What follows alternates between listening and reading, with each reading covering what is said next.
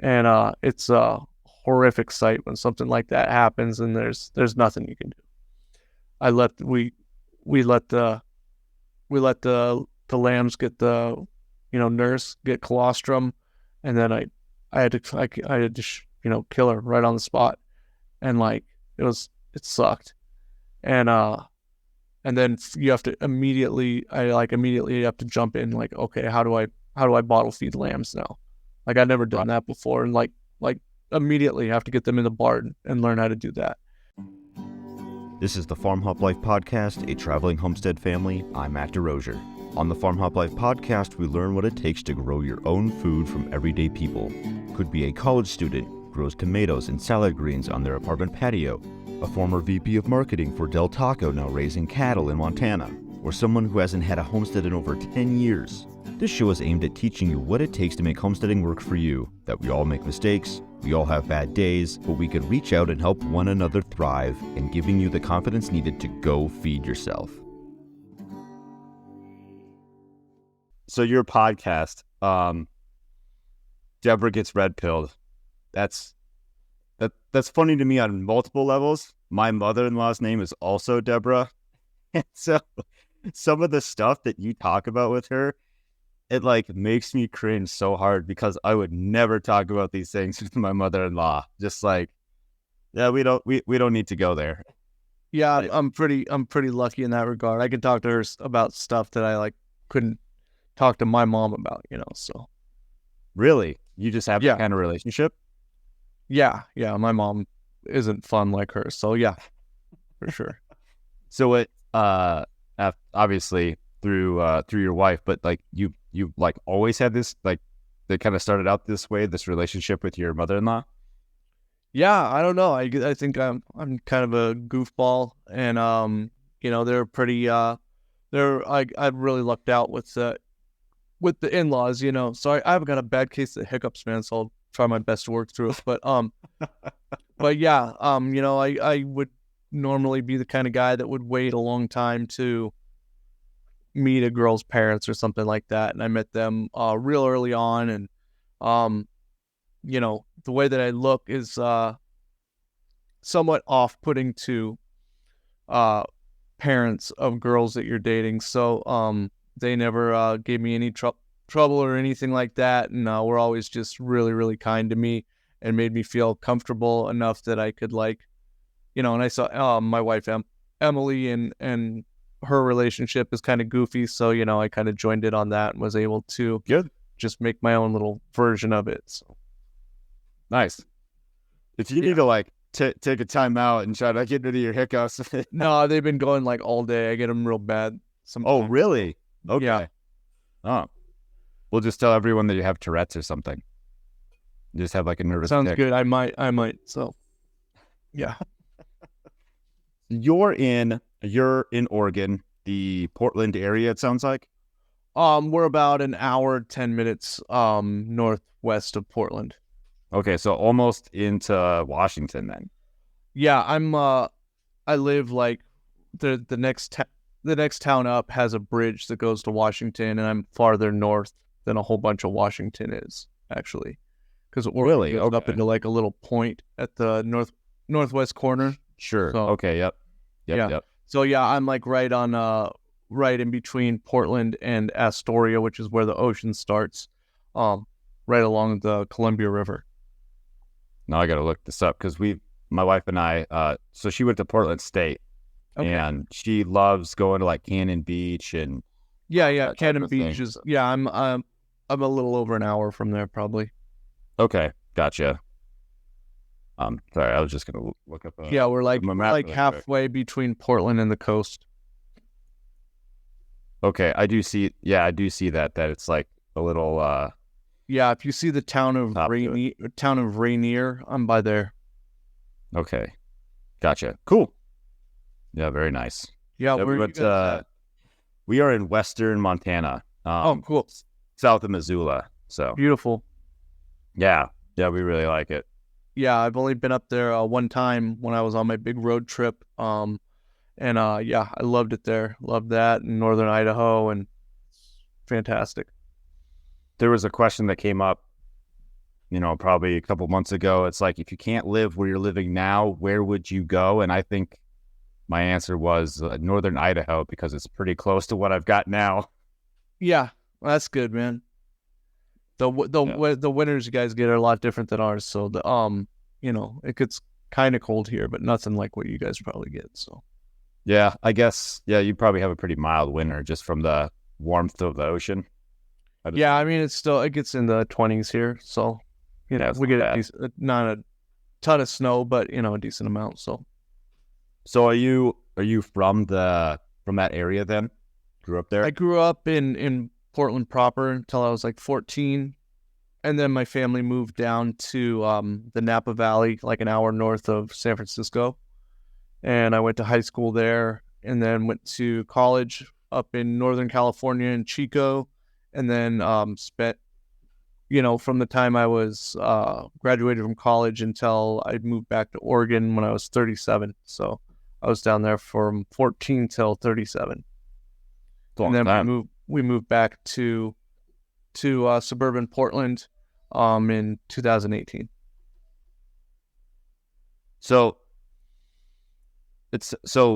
were you homestead full time, right? So like that's like your I'm on my homestead full time. Yeah, I don't have a 9-to-5 job. My wife, that's awesome, owns a business that does well enough to allow me to do that.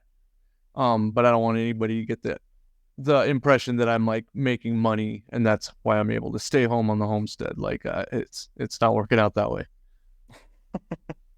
So, did you say what brought you back to Portland? I always kind of felt like I was gonna end up back in Oregon. My parents, they didn't really like have any roots here, and I always kind of felt like it was where I was from, even though I hadn't been back here in a long time. I just started having weird dreams about places from my childhood. Really? So I looked it up. I just looked up plane tickets one day on the internet and decided to come up for a weekend. Came up by myself, and then was like, I got like honey dicked. It was like one of those weekends. It was like late April, and it was like 80 degrees and beautiful the whole time, which isn't normal. And I was like, oh man, this is fantastic, and started just came back home, didn't have any intentions of like leaving. I was living in San Francisco at the time in a 1-bedroom apartment, and my wife was managing property, and we were getting free rent. And we were just under the impression that we were never gonna be able to own a house living there. I had a good job. I was in the elevator constructors union making good money. And, we just knew that we were never going to be able to own a house in any place that we wanted to. We would have had to move like real far away from the Bay Area, and lived way out in the outer suburbs. And like in between San Francisco and Sacramento, we would have had to like go that far. Just because it's so expensive there. And I just started messing around and looking at Redfin and Zillow and seeing what stuff went for in the Portland area. And I was like, wow, we could do this. And luckily, my company, was a big international conglomerate. They had a branch in Portland, and I got on the phone and talked to the superintendent up here, and they said, come on up. And I just transferred unions and came up and started working. And then, so from that first weekend of just coming up here by myself, like a month and a half later, I was in an Airbnb working to establish residency in Oregon so I could get a mortgage. Wow, that was fast. Yeah, I was ready to get out of the Bay Area, man. So.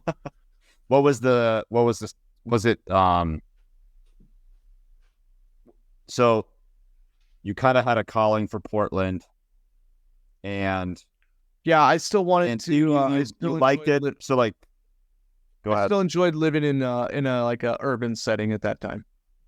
I would never had if it was more a love for the different place versus a hatred of the place you're at. It was both, yeah. And we ended up in this little suburb called Milwaukee, and it's just like right across the border from Portland, and it's just kind of an extension of Southeast Portland, but it's like it's in a different county, so you don't have to do a bunch of the stupid Portland taxes. And then it had like a weird kind of creepy, eerie working class vibe to it. So it's totally changed now, like because everybody's leaving. Everybody wants to get out of the county that Portland's in, but still be close. So yeah, I mean, we stayed there for 3 years, did minimal work on our house. I fixed up the backyard and got my first taste of like gardening and chickens back there. But we made a ton of money from just we didn't we just lived there for 3 years, so we got out at the right time. Can you talk more about your transition from your 9 to 5, got into gardening and chickens, and then you're full-time, like into like a full-time homesteader now? Yeah, I mean, it's weird. I still wake up every day and have like this feeling of just immense gratefulness mixed with like kind of guilt that I get to do it, and Really? I'm incredibly lucky that I have a wife I hated my job so much, and she had the balls during the middle of the pandemic to start her own business, and has done extremely well at it because she works so hard and she's like so good at what she does and she enjoys it. So that relieves the guilt a little bit on my end. But yeah, I mean, I went to Catholic school, so I always have some weird kind of guilt stuff in my brain. But yeah, it's just it's like a dream come true. And then you're always we were thinking for the last, it was bad in Portland those 3 years, and like we had a beautiful house and a great life, but those 3 years in Portland were rough, and wasn't what we were looking for as far as like the way we wanted to live or the people that we wanted to be around in a setting like that. And you're always telling yourself like, if I get the next thing, like everything's going to be perfect. We got out here and got land and got a house that needed a ton of work, and you think like, oh, I made it, I don't have to work anymore, I don't have to go to a 9 to 5 anymore, everything's going to be perfect. But it's still hard, man. It's still you wake up and with anxiety and feelings of doubt, and like you don't know what you're doing and all that stuff. It's the same. It's not nearly as bad as I had when I had to go to my job, but it's always still there. It's nothing's ever perfect, and nothing's ever gonna, like, even if you won the lottery, your problems wouldn't be fixed just because you've got money or whatever. Your life might be a little easier and a little more comfortable, but you're still gonna have that same thing going on in your head. Yeah. But is that what you wanted? Yes, that's exactly what I wanted. Okay. I was just gonna say, so my wife took the kids to go visit family for a week before, because we're from Minnesota. She went to go visit her family, and then I came about a week later. And during one of those Saturdays, I was working outside and just could just get to work.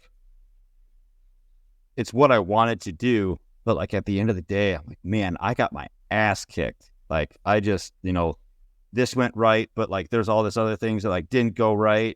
This looks good, but this looks like crap. And yeah, I mean, that's how it goes every day.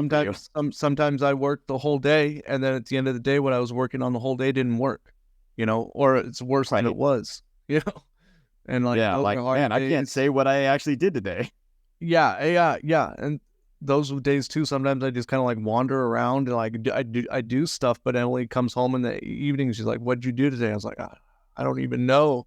And then it gets hard here in the like I said, it's not Montana cold here, but there's no sun here, man. It's it's pretty cool when you live in the Bay Area. You get like a sneaky week in the middle of January where it's like 75 degrees the whole week or something like that. Sure. That's not here, man. Like if I can get a couple hours of sun on a day, and like the ground's actually dry, I'm out on the back porch like with my shirt off, like getting as much of it as I can, because it gets dark and gray and wet and cold here, man, and it stays that way for 9 months. So getting stuff done outside in anytime from December through the end of March is an undertaking. It's like changing clothes constantly and, putting on rain gear, taking it off, changing your socks, getting holes in your boots. And like, this is Northwest Oregon is where like rubber boots come to die. I've tried 5 different brands so far. Really? Yeah. So, yeah. And none of them have worked so far, or held. I get like a year out of them. So some less. I got 2 weeks out of chore boots once. So. Is that what they're called? On my muck boots. The expensive ones. I bought some of those, and I got. They might have been a counterfeits because I got them for cheap off Amazon, but I got like 2 weeks out of those until they like just broke at the seams. Now I'm like wearing these generic ones called Hycia. They sell them on Amazon, and they work fine. So I'm on year like 3 or 4 of my muck boots. Yeah, I don't have to wear them a lot. I just wear them often. Yeah, it's like an all day, every day thing out here in the wintertime. I believe that. Yeah, dude. So we're probably at like the same like latitude or longitude, whatever. Which one's what? Yeah. But like obviously you're at way more humid, and I can't deal with all the wet. Like, yeah, I like it dry. If I got wet socks all the time, I'm gonna be mad. Yeah, like it'll like when it snows here, we'll get like some cold snaps where it's down in the teens and 20s for the whole week. That's pretty cold for here, and it'll be like dry, and it's like, man, I would so much rather get out here and be feeding pigs in like frozen mud instead of like 6-inch mud and like a slight drizzle and 34 degrees, for all day long. Right. So, yeah. So you moved to your new property, and did you bring anything with you? Any of your chickens or anything like that? Yeah, we had 7 chickens, and our next door neighbors in Milwaukee had 5 that they didn't want anymore. I can't remember why, and they gave them to us. So we came out here with 12 chickens, and that was it. Our dogs, our 3 dogs, and and a garage full of tools and stuff like that. And and our house was in bad shape when we got here. The people were I think it could have been an episode of Hoarders, the way that I'll send you if you send me your phone number or something, I'll send you the original RMLS photos from like the listing. And man, it's crazy. Like what they thought was appropriate to put like on Redfin. But our house, it's like one of those like Zillow gone wild kind of. It would have been on. I never saw that. In a bad sense. Yeah, it was it was in rough shape. There was barely a functional kitchen here. We could kind of cook. There's no central heat. There was like this rickety old pellet stove that didn't work, and we put in a new wood stove. We thought that was going to do it for the whole house, and it didn't work. And then like we took all our money that we made selling our old house, and right in the middle of winter started gutting our kitchen and remodeling it. So like sometimes we had like exposed walls for like a few days at a time. And I was still working. I was having to drive to Portland every morning. I would wake up in the morning, and we had an old thermostat for some reason in the house, even though there was no central heat or air. But I remember I got up one morning and the thermostat was like 34 degrees in the house. So holy smokes. Yeah. And it's weird. Like Emily and I talk about that sometimes, and I can remember it happening, but I don't. It seems like so long ago, and it wasn't even that much. But we got heat now, so it's pretty nice. What's the heating solution now? We got a whole system, whole new ducting system, and gotcha. Yeah, we have a basement, so we got like a whole new furnace and ducts and all that stuff, and we still got the wood stove, but it'll only do like one room, It won't get back to the bedroom and stuff like that. Sure. I've heard my grandparents had a wood stove, or have a wood stove still, but I was too little when I was around more to understand like how it works. But what I've heard is like the wood stove really is only good for the room that it's in. And like how it works, it kind of like siphons heat from the other rooms, I guess. So like that other rooms are actually colder. I don't know if that's true. Yeah, I mean, I haven't heard that, but it sure felt like that when you'd leave that room and have to go get in bed and, you know, get in the bedroom and there's no heat and stuff in there. But yeah. Yeah, that's kind of weird. So remind me, what year did you guys move out to your new place? We got under the homestead 2 years ago. Okay. So 21, Nice. like the middle of August of 21. Nice. Yeah. So you had your chickens, and I'm sure like very soon, like you built out your garden, start growing some veggies. We didn't get anything in the ground the first year.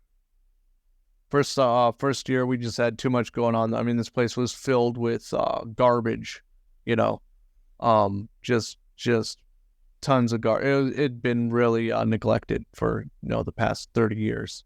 And so it was just clean up to the trash, like finding buried garbage and like overgrown grass area. I would just come to like a lump.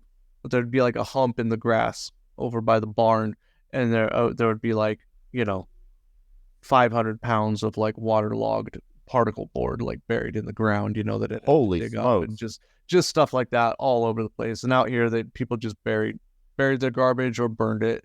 So there's like burn piles with like tons of like tin foil and plastic and stuff in them that I still find it. It comes out, the rain pushes it up. So didn't get a garden the first year. Got one this year. Didn't do that great. I'm not a huge green thumb right now. As soon as I was able to quit my job, started looking for mammals, livestock. We decided to do sheep first, and we got our original we got 2 sheep. We got a wether, which is a castrated male, and a female that they thought was a male, but found out that it was a pregnant female when they were like bringing it over to our house. So we were excited about that. So and she gave birth, you know, a month or so after they got out here. So that was pretty quick. Yeah, that was our original little flock of 3, and just built it out from there. So we have 13 now. That's a lot. Yeah, it's getting nice. There. So have you brought in rams for your does? It's not does. I'm sorry, it's ewes.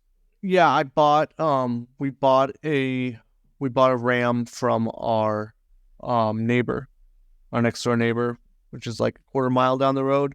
And so he's a big Katahdin, which are they're hair sheep, so they don't have wool, which is, if you're not, I'm not trying to breed wool sheep. So these guys are really cool. They're from Maine, but they do really well in wet climates like Oregon, and their sheep are hard to keep alive. They get parasites real bad, and because of how wet it is here, the parasites in the ground are I think it's just because they get pushed up with the water, and then they kind of just like fester in like standing water, and then the sheep will be out there eating grass and stuff. So it's the Katahdins are more parasite resistant. Like their hooves are supposedly better for being wet all the time and stuff like that. So we've got a bunch of those, a bunch that are mixed, and but eventually, like if I want to keep doing it with sheep, which I do, I'd like to have all Katahdins.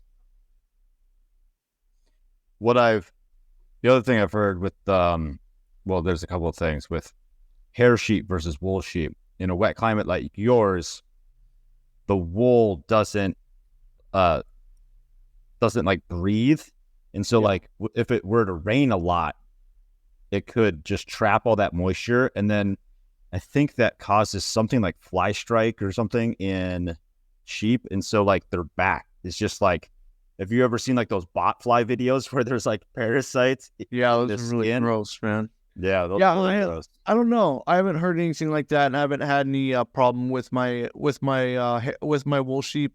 And a lot of people out here do have wool sheep, so maybe that is an issue. It hasn't been for us.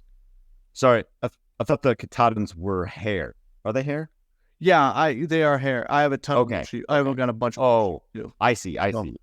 yeah. Uh, I've got mostly mixes. We went out, we bought our ram, and then we bought some like half Katahdin, half East Frisian, which are dairy sheep, and we've bred everybody. So we had this last spring we had a full like lambing season. so have you tried meat from both yet? Like the hair sheep and the wool sheep? So far, we've only done it from we've only had wool. We've slaughtered one, the first ewe that we got that was pregnant. We ate the little ram that she had last winter. Gotcha. So he was a wool sheep. I was curious if you noticed anything. Well, I guess you don't have anything to compare to with the flavor, but when we were looking at getting sheep, we move pretty slow here. We're very, it might be a little bit analysis paralysis, but yeah. So we were looking at what to get, and we tried some Katahdin meat. Yeah, man, that's pretty good, but man, that is a really strong lamb flavor. And the guy we got it from was like really wasn't like fatty, like good. It was like fatty bad. I don't know how to describe it. Was he feeding? So I did some research. You mutton or what? I don't know. That's a big thing too, man. Is how old it is. Because if you're eating anything that's over 1 year old, it's considered mutton, and that's like or like fatty, grizzly, gamey stuff. That could be it. Yeah. I've heard. So I did some more research. Go ahead. I've heard everybody that I've said or talked to, and you look on I look on Craigslist, farm and garden all the time. People claim that the Katahdin meat's like the most mild of the lamb meat. Really? Yeah. We ended up buying sheep to get processed. It was it was a Soay, Soay.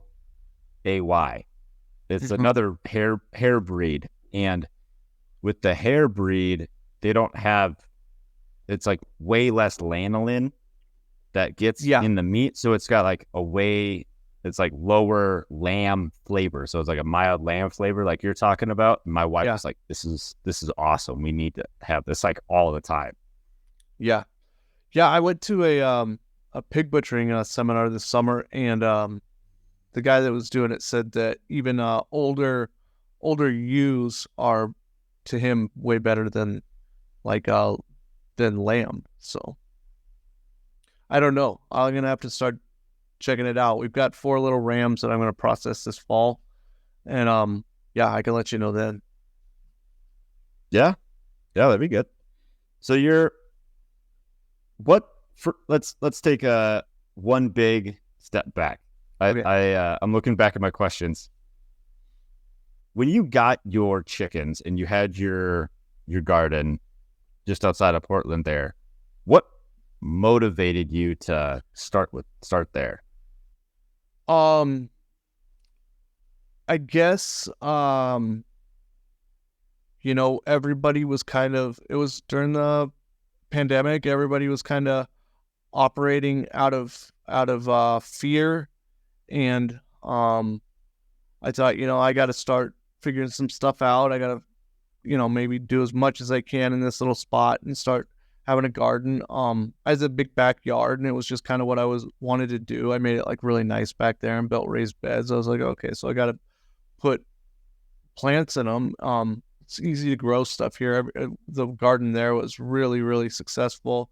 And, I thought about getting chickens early on, and then just heard like dumb stories that people said, like, oh, if you get chickens, you'll get bed bugs and stuff like that. So I never did it. And then, just dumb stuff that I believed, I mean, we did get you do get rodents from them. We did at that place. We don't have any more because we have cats, but Um, but yeah, my wife just said one day that she wanted to get chickens, and I was like, all for it. So, we had a really good spot for a little chicken run, and got a coop and built some stuff back there for them, and yeah, started right away. She was out of work the whole time.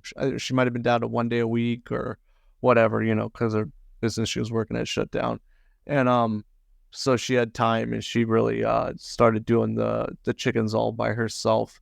I helped out a little bit, but she built all the stuff, but she did all the taking care of them when they were little chicks and doing all that stuff. So and then just I just wanted to do stuff for myself, and I don't know what, there was probably some sort of statute in that town of like that said you could have 3 chickens or something like that. We got 8 or 5 right out of the gate. I just wanted to be more self-sufficient, just start small, and that's what we did. And eventually we went on and I got meat birds and did them in that backyard, and that was like just a straight up fu to like the government. It's like, okay, I know I'm not supposed to be doing this back here, but I'm gonna do it. So I think I was just messing around on YouTube, and I saw a Joel Salatin seminar where he like was processing chickens, and I was like, oh man, I could do that. And yeah, I did it. I'll never raise Cornish cross hens again though. They're super gross, man. They're pretty gross. Yeah, they're very gross. They got super big, and I didn't think they tasted all that great. If we do it again, I would definitely get a different breed. So sure. But it was cool. I mean, it was a eighth of an acre backyard, and I raised meat birds in it, so it was pretty cool. You do a lot more. Like, sounds like you did a lot more with the eighth of an acre than a lot of people do on 5, 10 acres. Yeah. So, but yeah, it goes to waste. Yeah, and then the garden was great there. It was easy growing stuff in raised beds, and it did really well. And yeah, so yeah, that was that. You're set up now, so you've got your chickens, you've got your sheep, you've got some pigs. It sounds like you've got sheep and pigs to process this fall. The pigs might take a little bit longer. I have these little lard pigs. They're called American guinea hogs. That's like a classic pig, isn't it? Like, it's kind of like a classic homestead pig, right? They are the ultimate homestead pig. They take a really long time to get up to the right weight, which sucks. It's like 18 months. So okay. But they're old. They're a really cool old breed. Thomas Jefferson had them, and they thought that they like, if you were like a colonial American, like everybody had a pig, and that's what they would have had. They're lard pigs. So back in the day, like before there was like industrial like lubricants, they wanted a pig that had a big old fat cap on it because they could use that fat to make oil for like lamps and for machinery and stuff like that.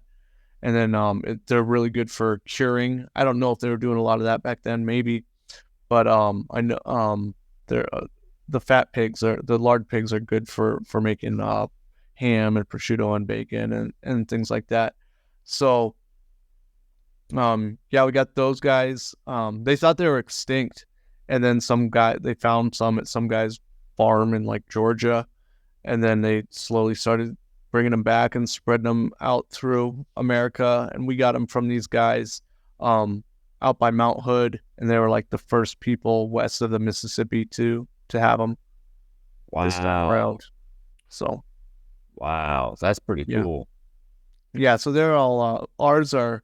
We could get them registered if we want to. I think I should, because then I could sell like their piglets as registered piglets, But they're pretty cool. We bought a breeding pair.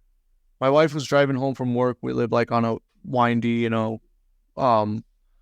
pretty rural area, so we live on like a windy road. And she was just driving home one day, and these little cooney pigs like waddled out into the road, and she like stopped, and they came like right up to her car, and she like petted them and stuff. And I'd wanted pigs for a while, and she came in. She was so excited. She's like, told me the story. She's like, we got to go get pigs. Should I like go back to those people's house and see if they have any extras? Because they had piglets. And I was like, all right, let's wait and do a little research.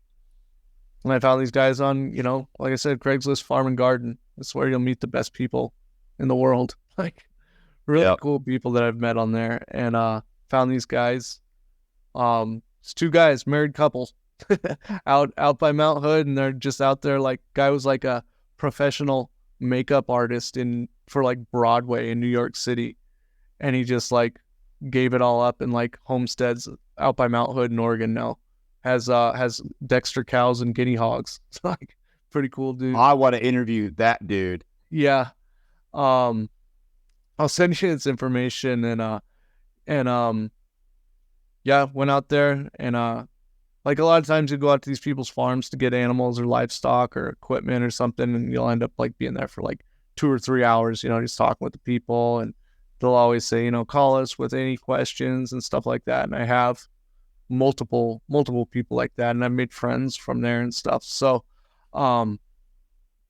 yeah, got the guinea hog, just a young breeding pair from him. They were pre-breeding age. They were like probably 4 months old when we got them, and then had piglets, at the very start of last spring. So it might have still been the tail end of winter.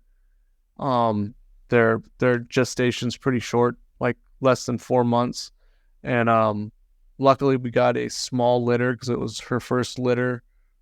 Got 6 piglets, 4 boys and 2 girls.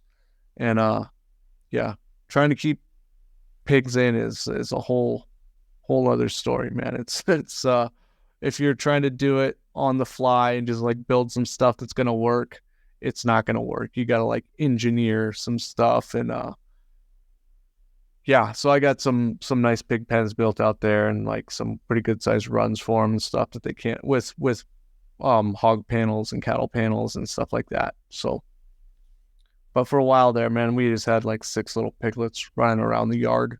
Like I'd go try to put them away. Free range. Yeah, just free range. They're supposed to be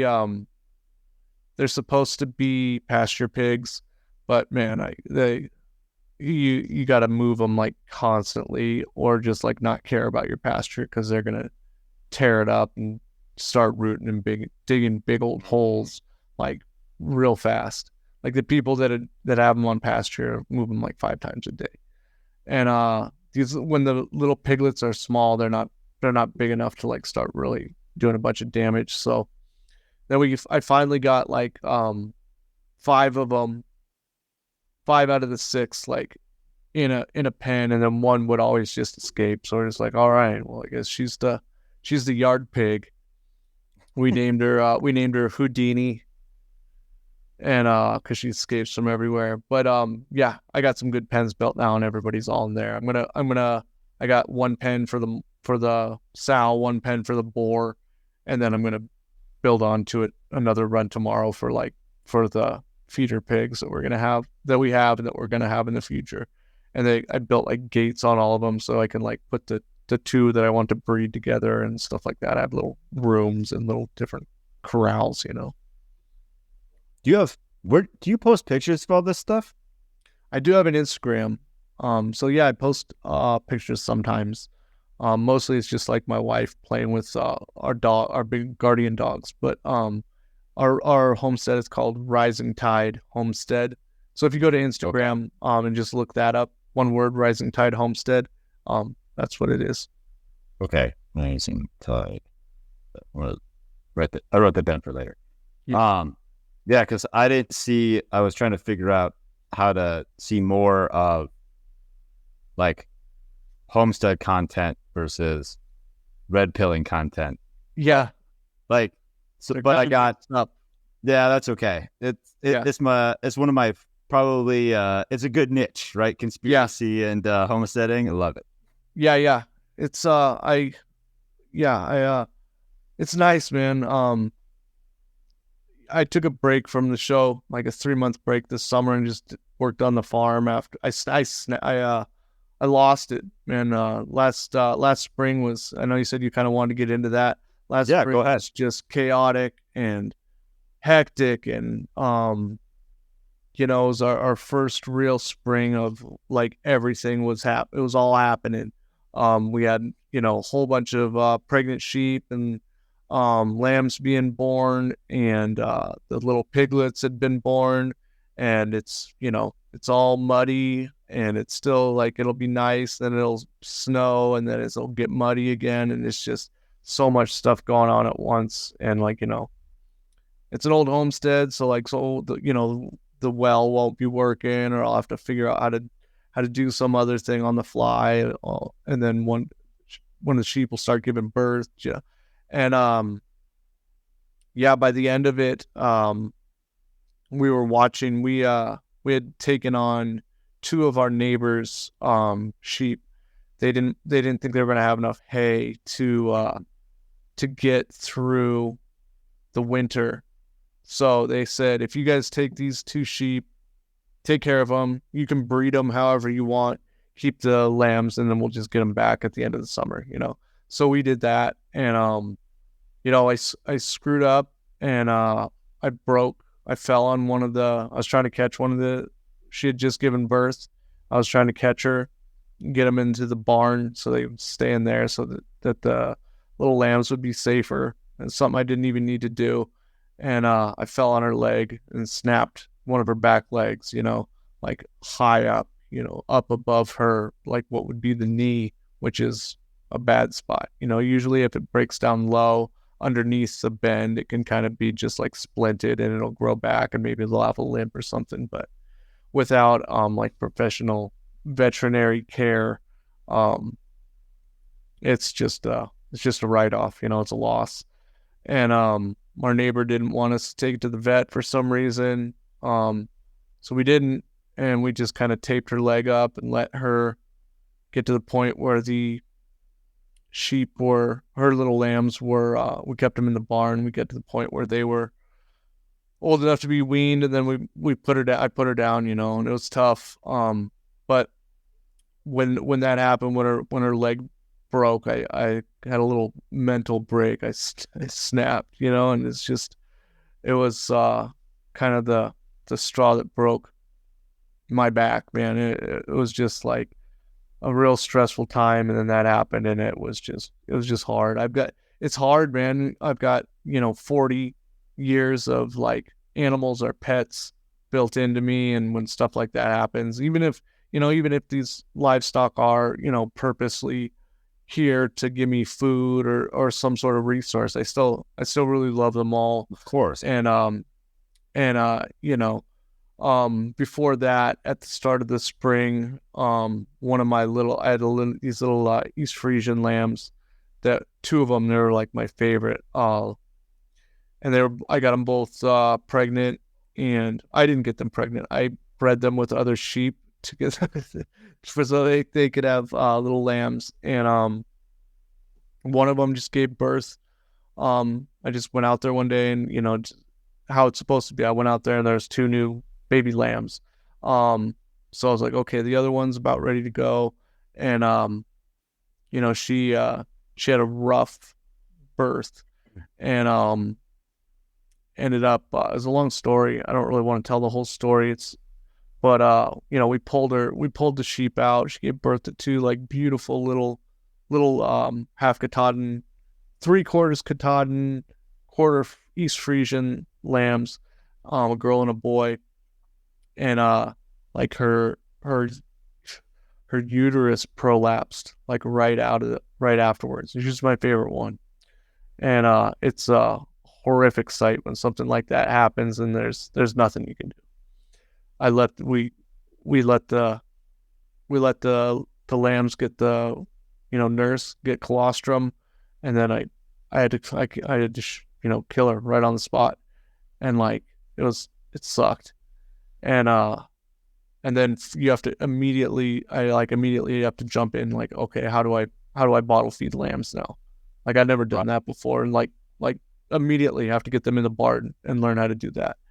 And it's just stuff like that over and over and over again. And then by the time this little lamb broke her leg, and yeah, it was rough. And you know, at that point I was just like, you know, I don't really care about like the Rothschilds or the Masons right now. I don't really need to be looking at this. I don't care about any conspiracies or anything right now. I just got to take care of business out here, have a mental break, and not have to be like worried about doing a podcast every day and like coming in early and researching and trying to book guests and doing all this stuff. My numbers had been way down anyways, and I wasn't really feeling it. And I was like, I'm going to take the summer off from this. I'm going to work on the podcast. I'm going to read books, you know, stuff that I want to read. I'm going to read fiction. And it was really nice, man. It brought my mental health back to a pretty good baseline. I don't know how deep you go, man, but you know, just taking that 3 months off from doing that and then getting back in and like jumping feet first back into it with people that haven't taken breaks for the past 30 years. It's like, I don't know. I don't want to be like that. I want to be someone that can research up to a point where it's fun, and I'm like doing it because it's enjoyable to me, and it's just kind of like my hobby. But I've looked into the eyes of people that are paranoid and not operating in reality anymore, and it's Sure. I've seen that recently, and it's pretty scary to me. And then just like, even if, you know, I know what's going on, I know it's all messed up, but like, it's that I think it was Bill Hicks, the comedian, who used to tell his joke, like he'd watch the news and like the Libya's blowing up and all this crazy stuff's happening out, and then he'd just like open the blinds and look out his window, and it's like everything looks okay out there. And it's like, if I'm not stuck on Twitter all day or watching Fox News or Tucker Carlson, like I'm just out on I'm digging post holes the old fashioned way on my homestead, and there's not much else going on but that. And if it comes down to it, and you know, something happens, and if I had a countdown to like the end, I'd go out and I'd dig post holes tomorrow, man. Like, that's what I do. So yeah. I actually did a conspiracy podcast with some friends from high school. We did like 30 episodes, and they kind of like didn't feel like doing it anymore. I'm like, well, I'm not going to do this by myself. Like, we did this together, type of thing. So we like stopped doing that, and I still have like an interest and whatnot, but lately it seems like you were talking about people that, you know, are paranoid. Like, yeah, I'm super annoyed by most conspiracy people now, because like everything's a psyop, like nothing is real. We live in a simulation. Like, all like, look, just give it a rest. Like, let's just, you know, like that whole touch grass thing. Like, you should probably do that. Like, try that. Yeah, and like I'll you know, I'm able to revert to like a Christian worldview at this point as well, and like that just kind of takes a lot of the thinking and worrying out of it for me too. So that really works out. I'm glad you brought that up. You're such a unique character, in that like you're like go really deep into conspiracies, and you also like, you were recently, oh man, I think you said you were recently baptized, or maybe I was listening to an older episode. But yeah, I got baptized last Easter. Wow. So like, how do you, I mean, that's like a big balance. So like, does your faith keep you afloat in like your faith and your homestead keep you afloat in like looking at like how messed up things are everywhere? Imagine, I don't know what your spiritual life is looking like now, but if you, I grew up Catholic, and okay, me too. I'm coming back around. Okay, let's say it. Let's put it that way. I think like, man, if I had to look into all this super dark stuff and think that like when I die it's just gonna be the lights are out, like, right, what's the point? Like, man, that would suck so bad for me. And you know, I got here because I kept digging down into those holes, and like I mean, I can drive an hour to the east of here, and I can see pure evil on the street as soon as I get into the town, man. And I know that there's got to be the inverse of that, and it's just I grew up Catholic. I went to Catholic school, and I knew I didn't want any part of that, and I ended up at the Eastern Orthodox Church. First Press Christianity was what it is. It's the original, and it's I walked into a church in Southeast Portland, and I felt the presence of Christ like immediately, and I've been going back ever since. So, but that faith of just like whatever happens, and it's gonna be okay is immense for me. So it must be part of like the Orthodox part where like, so I heard you talk about fasting during Lent, mm-hmm. and like, do you think that part is important to actually have like a fulfilling faith, instead of like this kind of like dabbling, like, oh, I'll go to church on Sunday, but as long as you're like home for the football game, yeah, like right. That you have to immerse, like you, as much as like maybe you don't want to do it, like you have to immerse yourself in the traditions in order to get the maximum out.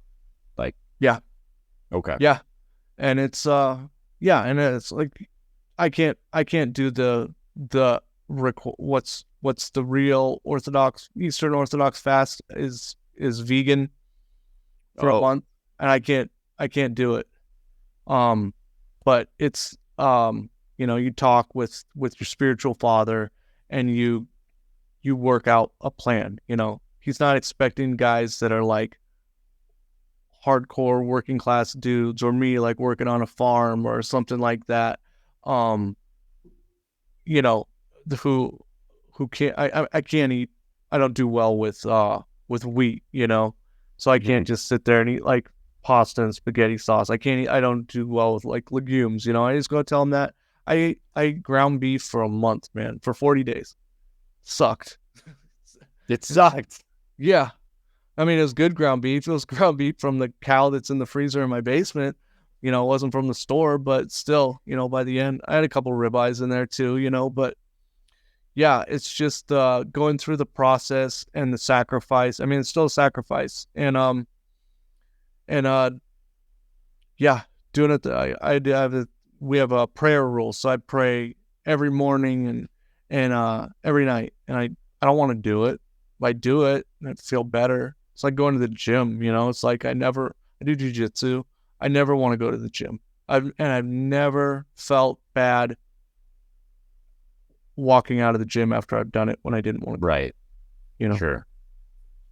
So no, I think that's important. As like, there's like, this might seem like off topic, but I think there's a lot of crossover now. People can read into that however they want. Like, you're tending to God's green earth, or whatever you want to say about it, but there's a lot of crossover, and so like there's a lot of different people and their various journeys, myself included, with their faith, and so that's I like that you talk about that aspect on your podcast. It's pretty cool. Yes, thanks for bringing. Yeah, it's one of those things. It's like a new toy, and it's hard when you find out to not like try to like just go vomit it all over everybody and like tell everybody about it and how great it is. And I found out like really quick, especially in the conspiracy community, which I thought would be like super open-minded about it. So it's like, oh no, people don't want to hear it,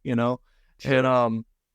And then like, I'm not equipped to have like theological arguments with people. And like, so all the different sects are going to, argue with you about what's right, what's wrong. Well, what about this? This is like, I don't know.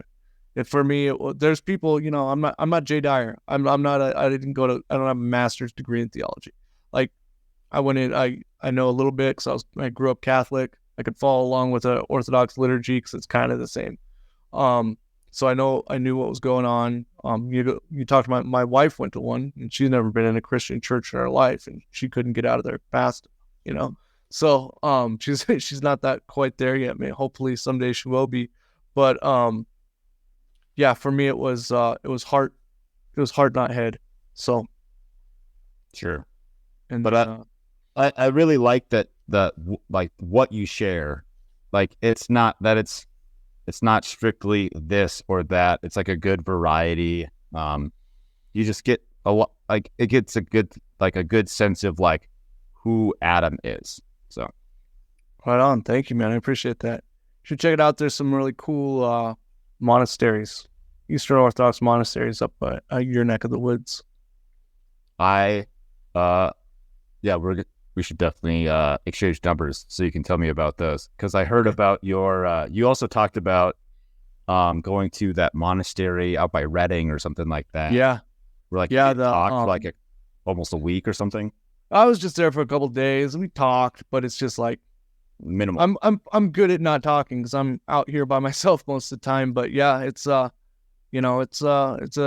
monastic way. Like I said in that episode, the monastic way of life is not something that's for me at this point in my life, Right. And it's still I have tremendous respect for the people that can do it. I couldn't do it right now. Sure. It's definitely a calling. It'd be something that would be very, very hard to fake. Right. Oh, but it was a beautiful experience, and I'm really glad that I got to do it. And anybody that's like starting their journey into Orthodoxy can go visit. You can go visit the monasteries by where you live, and it's a really cool experience. So, trying to go back. I don't know how to transition it well. We're just gonna go for it. Yeah. So do you think the headspace that you took a couple months off from pretty much everything other than homesteading? Mm-hmm. Do you think getting your headspace back, was that been the biggest challenge in homesteading so far? I mean, the biggest challenge in homesteading for me has just been that there's no days off. It doesn't end. You always got to get up. My wife has Tuesday and Wednesday off, so I could take it a little bit easy, but I still got to get up at 7 a.m. and go feed pigs and do all that stuff. I think just the biggest challenge has been trying not to get overwhelmed and trying to, I'm sure you watch plenty of homestead YouTube, and I watched all that stuff before I left the suburbs, and like all these people have these beautiful, like Justin Rhodes, you go look at like that guy's house. It's like this beautiful manicured farm and all this stuff like that. And it's, if you're anything like me and you're an old working class dude who, saved money and was able to get a little house and then upgrade to a farm or whatever, you're not getting that.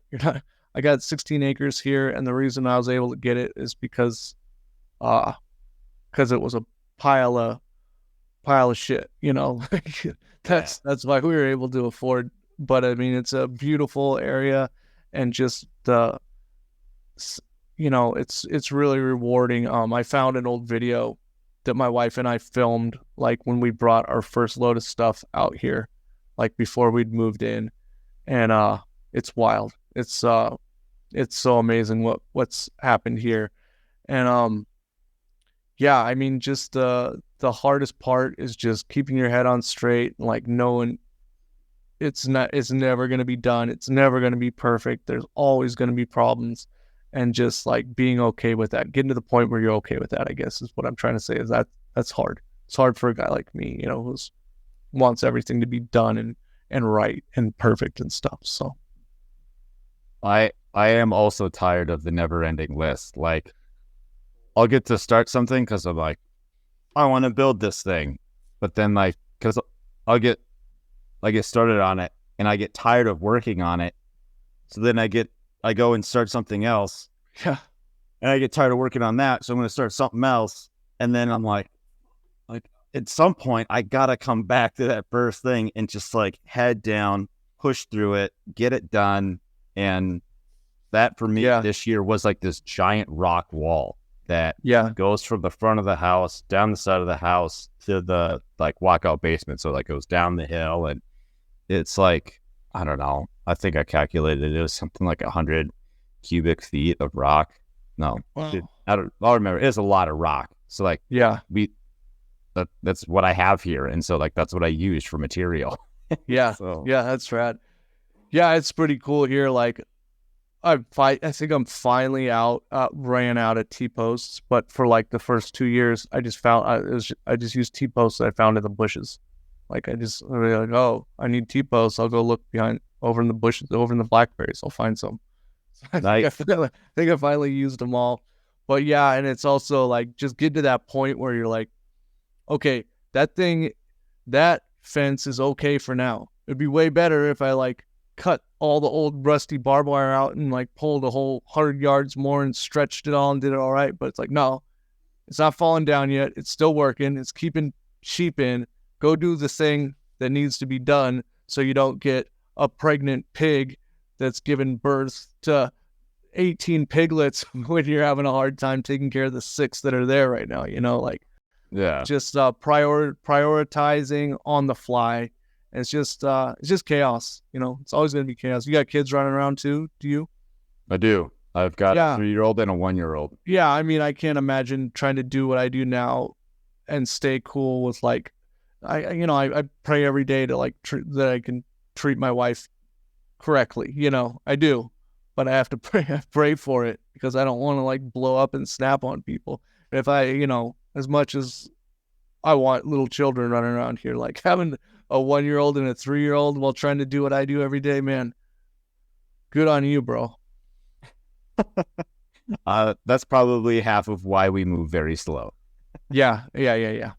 It's all in good time, right? You gotta, it's not a 1-year plan. It's like a 30-year plan, right? Yeah. I mean, we're not trying to flip this place. Like we want to be here forever. It's a 1,000 square foot house, man. We're going to make it work, So. Yeah. It's not the war in the Middle East where you have 20 consecutive 1-year wars. You got to think a little bit long term than that. I go to war every day, man. Oh, nice. There you go. Yeah. No, but and then if people wanted to get used to going on maybe a 1-2 day vacation every year, you might get that if you're lucky, man. So this year we went out to that homesteading conference out in Coeur d'Alene, so close to you, man. It was really cool. You should check it out next year. It's called Modern Homesteading. Oh man, was that, you said it was north of Coeur d'Alene? It was right at the fairgrounds, right in Coeur d'Alene.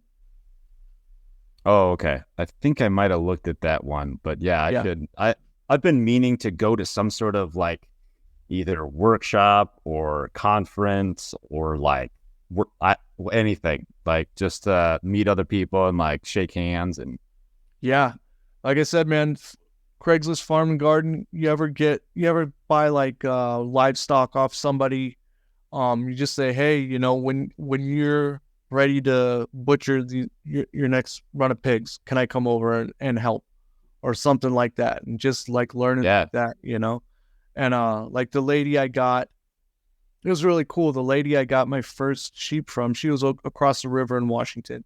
I had texted these people about some they had pigs or sheep on Craigslist. I texted them and made some plans. It never really worked out. And then we signed up for Azure Standard. Are you familiar with that? I heard of them. Yeah. So I went to pick up my my order over across the river in Washington, and it turned out the lady I had been texting with was the lady who runs the Azure pickup. So nice. And now we've been to her house we went to her house. That's where I butchered my lamb. We went to her house for a hog butchering seminar. So it's really cool to like be able to make connections like that. And it's really, really awesome in the homestead community. And I'm sure like up by where you live, there's a whole bunch of, young people that are getting back to it, and then finding those people that there's old timers too that'll help you out. Most of them want to spray pesticides and do weird stuff like that and stuff that isn't congruent with what we want to do, but a lot of those old guys have a ton of knowledge, you know? Yeah. I'm finding more and more. I think you need to spend time in a place. It's not instant. You're not just going to like, hey, unless you made it like your number one priority, maybe in 6 months you could meet 50 other like homesteaders and stuff. But, if you had your own stuff to do too. Yeah. So how long have you guys been out at your place? We finished building March of 2020. Cool. So right in time, huh? I know. Jeez. Yeah, it was. You got out of Minnesota. I know you probably weren't in Minneapolis, but I'm sure Montana's better than my Minnesota. wife was actually. Yeah. So wow. She moved out from her mom's place. I moved out from my parents' place in the suburb, and we had moved to Missoula back in 2017, and we're in apartments and had been looking for land here and there, and this came up from a coworker of hers when she was back when she was working, and yeah, it was underpriced, and so we like jumped on it. Heck yeah, man. Yeah, and you're talking about butchering.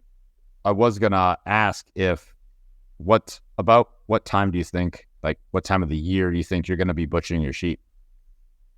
Fall is tradition. So that's that's why people want to do like spring lambs. Yeah, spring lambs, and then traditionally the boys and the girls that you are going to keep are ready to go by the fall. Because I could definitely talk my wife into coming out to Oregon and helping out with some lamb butchering. Oh, dude, let's stay in contact, man. And I'd love to have anybody out here. And it's rad. The guy that I bought one of my rams from said he'll come down and pay it forward and like walk us through everything. You know, I gotta be like a deer, right? Yeah, it's a ruminant. So you got it, you know, for anything that's got like multiple stomachs, like goat, sheep, deer. It's bad. Like you can't do it in the heat. You got to get that. You got to get cooled down. So November here is perfect for it, you know. And everybody has either a shack or you hang it in the shop for a week after it's all skinned up and stuff. I watched a guy do a hog butchering seminar that was incredible at that homesteading conference in Coeur d'Alene, 85-degree heat, and no rush at all, no problem. So pigs can be any time of year as long as you got a refrigerated place to hang them overnight. But he took it was a 3-hour seminar every day. First day he dispatched it. He just went out in the parking lot, and it was in a livestock trailer. Killed it. They brought it in a trailer. He dunked it in warm water, scraped it. He didn't skin it, which is way more awesome, because you get all the fat. And then at the end of the first day, he had it cut in half and everything taken out of it. And then the second day, he butchered it and cut it all up. Cut one half into stuff to cure, and then cut like everything else up into cuts. And it was rad because he did it for like homesteading. You know, he's like his if you ever check him out, his name is Brandon Sheard. And his Instagram is, or his whole like website and everything is Farmstead Meatsmith. And he has these really cool videos. You can find them on YouTube called The Economy of Thrift. And I really recommend, I think there are like 3 or 4 parts. 2 of them I recommend. They're like 20 minutes a piece. Everybody should go watch those. They're really cool. And just like when we went out to, when we went out there, like the pigs were just running around crazy, and I was having a hard time with them. I was like, I don't know if I want to do pigs. I went to that 2-day seminar. I was like, it got me like pumped up to do it, you know, to like, it seemed like it was an accessible thing that anybody can do. on the homestead. The stuff I'd seen prior was like guys doing it with a mobile butcher truck who weren't like trying to teach people. They're just like, we just showed up and like watch this guy like kill a pig and cut it up super fast, like with industrial equipment. And this guy used a Cool. Let me just get my $50,000 commercial kitchen. yeah. He had like a band saw that was like on hinges, like a gigantic sawzall that like came down on hinges. And so I was like, maybe, or not. Don't cut meat with the sawzall. A gigantic porta band that came down. But this guy up that I saw at the conference, he used a 22 long rifle to put it down, or a 22 Magnum. That's what you need for pigs. And then he had one knife and a bone saw, and I think that's all he used. I see that. Yeah. And to butcher it and to do everything. One knife and a bone saw and a hair scraper. It's pretty cool. So nice. So those connections, would you say like that's the best part about about homesteading? Connecting with other people? Yeah. No, I think for me, I'm an introvert, man. The best part of homesteading is just being out here and getting to do whatever I want with this little piece of land, and just bringing it back to this was a working farm at some point in the 50s, and then just bringing it back and taking control over as much of my life as I can as far as like food and stuff goes. And we're trying to have kids, we want to have a bunch of little wild homeschool children running around, and at least one, and just kind of opting out as much as we can. And I don't have any crazy idea that I'm going to be off the grid or self-sufficient or anything like that. My lifelong goal for being out here is that I have to go to the grocery store once a month. I think that's an attainable goal. And sure. I think a lot of people come out. My neighbors came out here. My neighbors have 120 acres. They're younger than us. They came out here a little bit before we did. I think they had the idea that they were gonna make money up homesteading, and it didn't work out. I think if you're coming out here with the intent of like leaving everything behind because you're gonna have enough, you're gonna figure out a business to do with homesteading, I think you're in for a rude awakening. And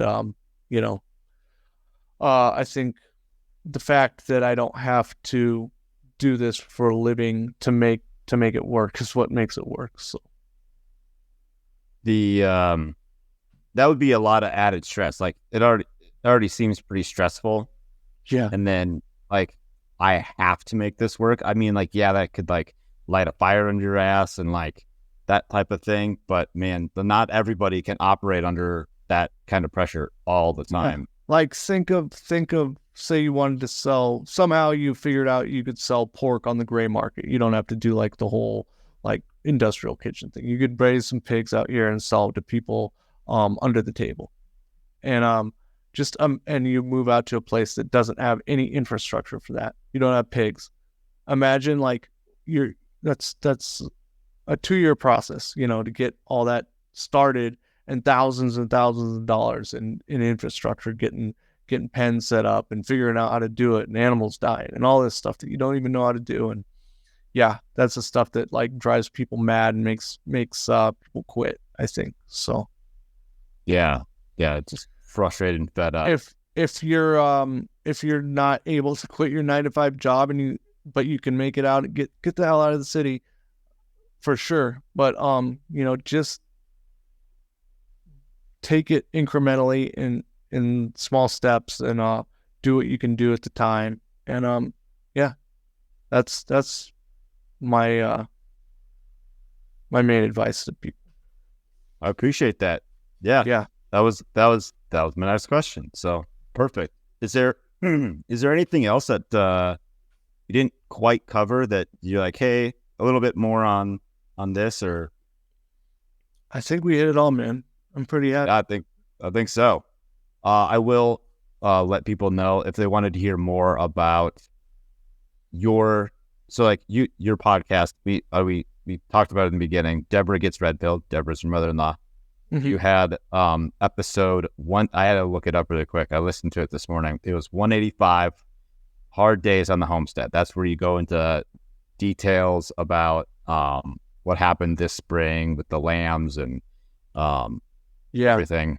There's a lot more detail. I recorded that one at like 5 a.m. because I couldn't sleep, man. So I just like got up and was like, all right, I'll throw out a show, so. Yeah. But yeah, I'll have a link for that. Do you have let's go through a couple of social media things. So you've got your Twitter. That's how I found you. I don't even know how I actually found you, because the first one I listened to was like you giving a recap on Ruby Ridge. I'm like, oh, cool. Like, oh yeah, about Ruby Ridge. And I'm gonna do. But I don't know how I found that. Yeah. I'm gonna do some more of that. But you want my social media? We're on Twitter at Debra Gets Redpilled. We have an Instagram, just Debra Gets Redpilled. My personal Instagram, or our Homestead Instagram, is Rising Tide Homestead. And then the podcast Debra Gets Redpilled is available on all the podcatchers and stuff. So awesome. Yeah, Debra Gets Redpilled at protonmail.com. That's the email. I return every email. So it's such a funny name. That's a great name. Well, Adam, I really appreciate your time tonight, and I'm right after this. I'm texting you I'm going to send you a message, DM you a message with my number. So, hell yeah, man. Thanks, Matt. I really enjoyed this. This is a good talk, and anything I can do to help you guys or help the show, let me know. I'm always down to come on and talk homesteading. We'll get you on our show sometime too if you want to talk conspiracies or anything like that too. I think I'd really like that. Cool, thanks, man. I'm gonna do some more. That Ruby Ridge one was on some other guy's show. I just put it out on my feed. I got a pretty good book I'm gonna read, and I'll do an episode. Maybe we'll have you on for that one. Yeah, considering I kind of know about it, but I don't know like the details, or like that thorough, anyways. But yeah, I wish they did like that Waco. I wish they did that Waco show, but Ruby Ridge. Like they touched. I think they touched on it right at the beginning, and then it was. Yeah, they do a really really poor version of like showing what happened there, but yeah, stay in contact, and you're always welcome if you ever need to come out into Northwest Oregon. I'm gonna make an excuse. Right on. All right. Cool, see you, Adam. Thanks, Matt. See you, dude. I am Matt DeRozier of FarmHopLife. Thanks for watching. Don't forget to subscribe and visit FarmHopLife.com. Inside of the city, the people are crazy, out of their minds, they ain't got a clue. We gone away, headed west for Montana, left family and friends, all I got now is you. We both got new jobs, a house and a homestead, thinking this was the life, all that there'd be. After our firstborn, you had to stay home. That's when the work got in the way for me. Well, I started FarmHopLife. We'll come to your farm to help and to wander. Me and the family, a truck and an RV. Send us a message and